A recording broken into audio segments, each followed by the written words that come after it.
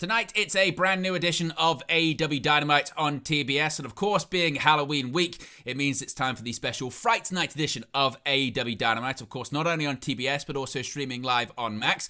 And as we get closer to next month's AEW Full Gear pay-per-view, there's AEW President, Owner, Head of Creative, General Manager, all of those titles. Tony Khan have some made surprises up his sleeve, while several high-profile matches have been announced for this evening's show. So in this video, we're going to be discussing 5 possible major surprises that could take place tonight live on AEW Fright Night Dynamite.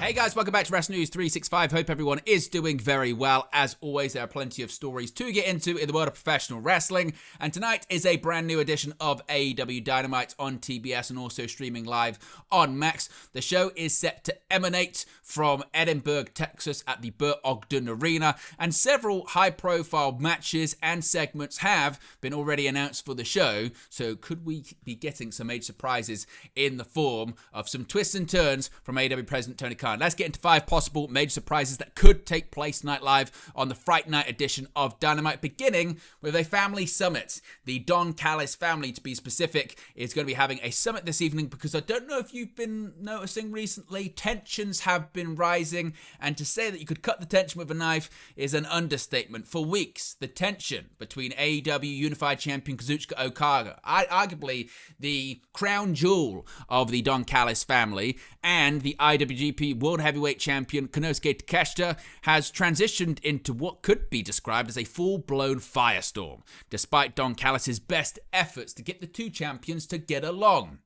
Tonight, Callis will host a summit for his ever-growing family in hopes of getting everyone on the same page. Of course, it feels like the Don Callis family is growing every single week, doesn't it? With the inclusions of the likes of Konosuke Takeshita, Kazuchika Okada, you've got Kyle Fletcher. Just a couple of weeks ago, Andrade El Idolo joined the family, then disappeared. You've got Hechicero in there. You've got Lance Archer. You've got Roppongi Vice. You've got so many different people, it's difficult to keep count.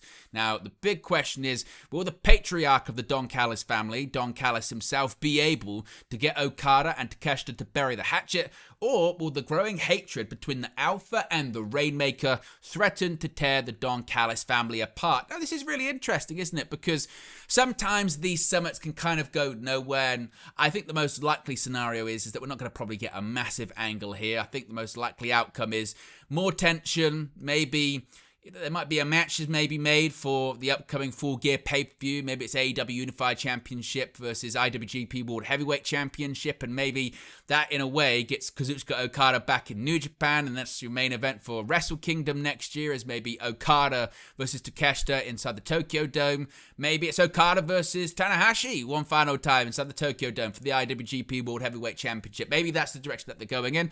Maybe we could have a situation whereby you see something where finally, Konosuke Takeshita is turned on. He's kicked out of the Don Callis family. I mean, it's very evident, isn't it, about who's going to be the babyface and who's going to be the heel here. Of course, Konosuke Takeshita has had an incredible 2025, winning the G1, then winning the IWGP World Heavyweight Championship. He's also had incredible matches against a variety of opponents in All Elite Wrestling, whether it's Kenny Omega or others. So it feels very much like, doesn't it? Takeshita's the babyface here. He's the one that's set for a big babyface turn and a big babyface push. He's already getting it in New Japan. He's going to be getting it in All Elite Wrestling. And then you have Okada and you have Don Callis and the rest of the family going up against him. That seems to be the feud. It's just a question of when do they pull that trigger? Do they pull it tonight on Dynamite in this summit? And really, Don Callis has been pulling puppet strings all along. Is it just a tease of what's to come? Is it a case whereby they do have this match at Full Gear and maybe it's then that Don Callis turns on Takeshita, costs him the IWGP World Heavyweight Championship, and the belt gets back on Okada for one final run in New Japan next year, and Takeshita's going to win the title later on. Maybe that's the direction that they're going in. But seeds have been planted. Seeds have been planted for the last several weeks. Takeshita at one point will be kicked out, and the Rainmaker will continue to take center stage. And maybe it's Takeshita is going to be the one that ends this record-breaking Unified Championship reign of Okada, of course, not only the Continental Champion, but also the International Champion, a title that Takeshita has once held. And before we move on to the next number on this countdown list, a reminder that this video is brought to you in collaboration with all of our great affiliates. That includes NordVPN. You can see right there in the sidebar. You can scan the QR code or you can use our custom link. That's nordvpn.com/WN365. Once again, nordvpn.com/WN365. Now, I'm constantly telling you about how getting a VPN can improve watching your WWE content. But if you're also an AEW fan, it can actually improve watching your All Elite Wrestling content. Over here in the UK, we can watch All Elite Wrestling and their entire back catalogue as part of Trailer TV's AEW Plus subscription. That's right, every single episode ever of Dynamite, of AEW Collision, of AEW Rampage, of AEW Dark Elevation, in addition to every single AEW pay-per-view, that's every piece of content that AEW has ever done is available as part of your back catalogue with AEW Plus. What you can do if you're in the United States, you can scan that QR code, you can click that link, you can get up to 77% off plus 3 months extra, change your location to here in the UK, and get access to AEW's entire content library. Saves you getting a subscription for Max, saves you not being able to find other bits of content too. In addition, you can purchase pay-per-views at a discounted rate. I've already purchased the latest pay-per-view bundle that allows me to purchase AEW Full Gear and AEW World's End, AEW's November and December pay-per-views, at a discounted rate as well. So you can take advantage of that, use our link, you can save yourself some money, support this channel in the process. Your support is much appreciated. Next up, tonight we're going to be finding out who are going to be the number one contenders for the AEW World Tag Team Championships, because we're going to be having this four-way match for the number one contenderships to challenge Bro Dido at AEW Full Gear. Of course, Bro Dido being the AEW World Tag Team Champions right now. And in this match, you've got several former AEW World Tag Team Champions, don't you? Of course, it's a night of tag team matches. We'll be talking about the Women's Tag Team Championship tournament in just a second. But it's going to be a night, as I mentioned, of four-way bouts to determine the number one contenders for the AEW World Tag Team titles. FTR, former AEW World Tag Team Champions. Jurassic Express, former AEW World Tag Team Champions. The Young Bucks, multiple-time former AEW World Tag Team Champions. And Jet Speed, yet to hold the titles, will face off to challenge Bro Dido for the gold at Full Gear. Now, every team involved, as I mentioned, except for Jet Speed, has stood atop the tag team division in All Elite Wrestling as its champions. However, all four teams are eager to be champions, whether it's the first or fourth time. Which team is going to be inching closer to making it a reality this evening? And this is a really difficult one to predict. I mean, you look at all of the teams here, they've all been involved in something. You also have to consider who are the champions in Bro Dido. Now, you have Jurassic Express. They recently picked up a massive victory over the Young Bucks at Wrestle Dream. The question is their feud over, or is it set to continue? FTR feel a little bit like they could maybe win this one. Of course, another thing to always consider here is that Bro Dido, the champions, are babyfaces. So that doesn't mean necessarily the heels are going to win this match. Sometimes it can be a babyface match. But I feel like maybe FTR might win. That means they challenge for the titles at Full Gear. That's maybe where you see Adam Copeland and Christian Cage return and continue their rivalry with FTR. So I feel like that could be something that happens that allows the Young Bucks and Jurassic Express to continue their feud, and potentially Jet Speed are in the match to have one of either Speedball Mike Bailey or Kevin Knight take the pinfall. I think that's possibly the direction that you go in.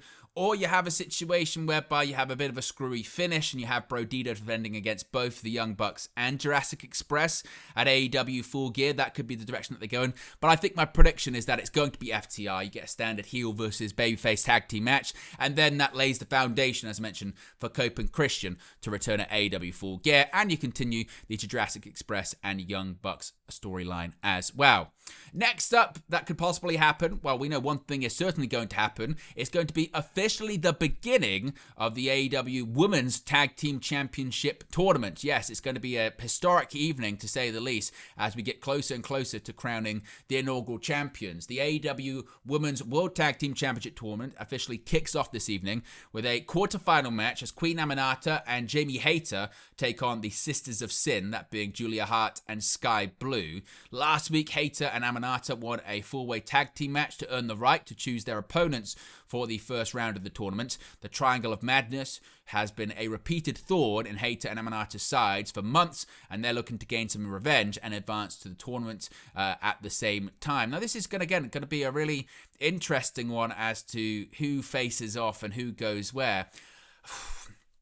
you would hope that the Sisters of Sin, Julia Hart and Sky Blue, they are a legitimate tag team. Even prior to having a tournament to crown the inaugural AEW Women's World Tag Team Champions, Julia Hart and Sky Blue had been teamed together for a lot of time, even going back to when Julia Hart was TBS champion, and Sky Blue was like a loose affiliate of the House of Black and things of that nature. So I feel like maybe we could see a situation where, again, the Triangle of Madness get involved here, maybe cost Queen Aminata and Jamie Hayter the match, because even though Queen Aminata, who I'm a big fan of actually, I've really enjoyed her matches against Tekla since Tekla made her AEW debut earlier this year, and of course Jamie Hayter, her record speaks for itself.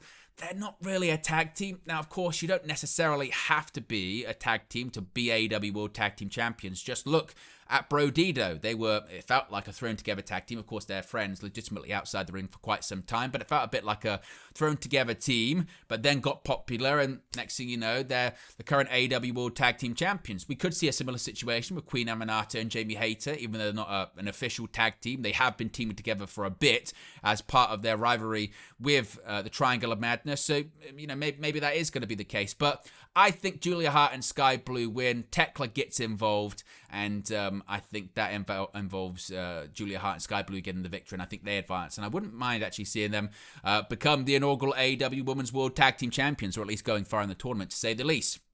Next up, we have this continuation of this rivalry when it comes to the Death Riders and the Conglomeration. This has been quite a curious one because post Jon Moxley losing the AEW World Championship, there was a lot of question as to, okay, then what's the direction? What's going to be moving forward for Mox, who's been front and center of AEW programming for really the last sort of 12 months or so, hasn't he?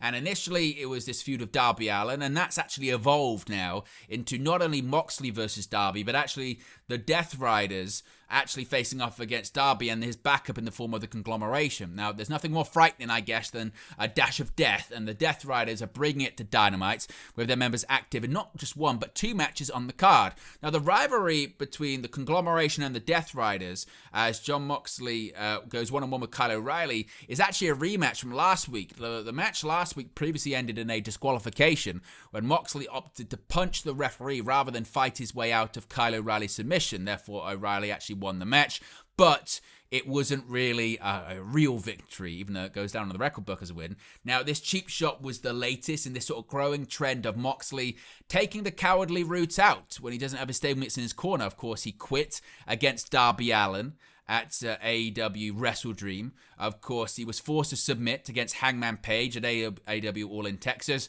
Will tonight's match have a different result, or will we see the Death Riders once again get involved in that one and Moxley gets the victory? Maybe we have a situation whereby, he got disqualified last week. Does he get disqualified again? Does he get counted out this time? I feel like they could maybe be, getting something out and moving towards, when it comes to Moxley, certainly a hardcore-esque stipulation in the future. Now, it's not the only Death Riders versus Conglomeration match set for the show, because former rivals turned teammates Daniel Garcia and Wheeler Yuta will be in a Trick or Treat Halloween Tornado Tag Team match versus Darby Allin and Orange Cassidy, who feel like they're kind of the leaders. Orange Cassidy's always felt like the leader of the Conglomeration, maybe alongside Mark Briscoe, I suppose.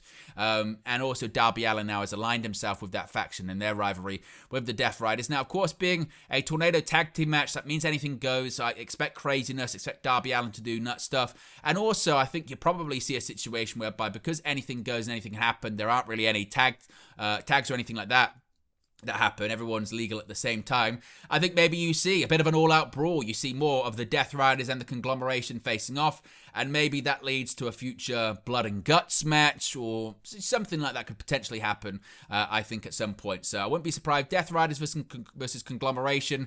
It spirals. Maybe this is the main event of the show, and it leads to maybe a Blood and Guts match being made in the future. And finally, tonight, we're also going to be determining who is going to be the number one contender for the AEW World Championship. Now, a fatal four-way, or a Fright Night four-way is scheduled this evening with major implication for AEW Full Gear. There's going to be a shot at the AEW Men's World Championship for Full Gear. It features Bobby Lashley representing the Hurt Syndicate. You've got Ricochet from the Demand. You've got Samoa Joe from the Ops, and Hook representing him and Eddie Kingston, even though he's previously part of the Ops, battling it out to challenge Hangman Adam Page for the AEW World Championship in Newark, New Jersey at AEW Full Gear. Now, this is quite interesting because you've got two two people in there in the sense of Bobby Lashley and Ricochet. As far as I'm aware, I don't think they've ever challenged for the AEW World Championship just yet. A lot of people have been critical sometimes of the booking of Bobby Lashley, saying, look, this is a former TNA World Champion. This is a former WWE Champion. This is someone that is a believable top star and should be challenging Hangman Page. And it's a bit of a first-time match, particularly for the AEW World Championship. And they want to see Bobby Lashley in that AEW World Championship picture. I think that would be interesting. Ricochet has certainly done better work as a heel, and he's got a faction now behind him. I don't know if I necessarily care to see more of the Hurt Business, Hurt Syndicate versus the Demand in All Elite Wrestling. I feel that feud's kind of done, even though you could see him maybe continue here. You've then also got Hook, who hasn't challenged for the AEW World Championship since Samoa Joe was previously champion. Then, of course, you've got Joe because he's got plenty of unfinished business with Hangman Page after the Ops surprise attack on the AEW World Champion at Wrestle Dream. So each man's got different motivations, and the question is who's going to leave as AEW World Championship #1 contender. My feeling is it's Joe. I feel like this rivalry isn't done just yet. As I just mentioned, there's still unfinished business there. Joe versus Hangman at Wrestle Dream was a babyface match. Since then, Joe's turned heel and he's got the Ops behind him. I feel like we're probably going to get a rematch at AEW Full Gear, and this time it's going to be a heel Joe and a heel Ops surrounding Hangman Page. And maybe this is where, you could see the Elites reform, Kenny Omega get involved, maybe the Young Bucks even get involved, and we get a situation whereby it's the Elite versus the Ops and a couple of other people, perhaps for Blood and Guts. A Blood and Guts match feels like it could be on the horizon, doesn't it? So time will tell. But one thing we will get this evening is a #1 contender for the AEW World Championship. So there you go, guys. There are 5 possible major surprises that could take place tonight live on the Fright Night edition of AEW Dynamite. Let me know your thoughts, your reactions, your hot takes, as always, in the comment section below. Be sure to smash a like on the like button. Be sure to subscribe, bottom right-hand corner, and I'll speak to you again very, very soon. Hey guys, thank you for watching, listening, streaming, or however you come across this video today. Be sure to click on the video on the right there to watch our next video, or click the bottom there to subscribe, or the bottom right-hand corner. Thank you very much, and I'll speak to you again very soon.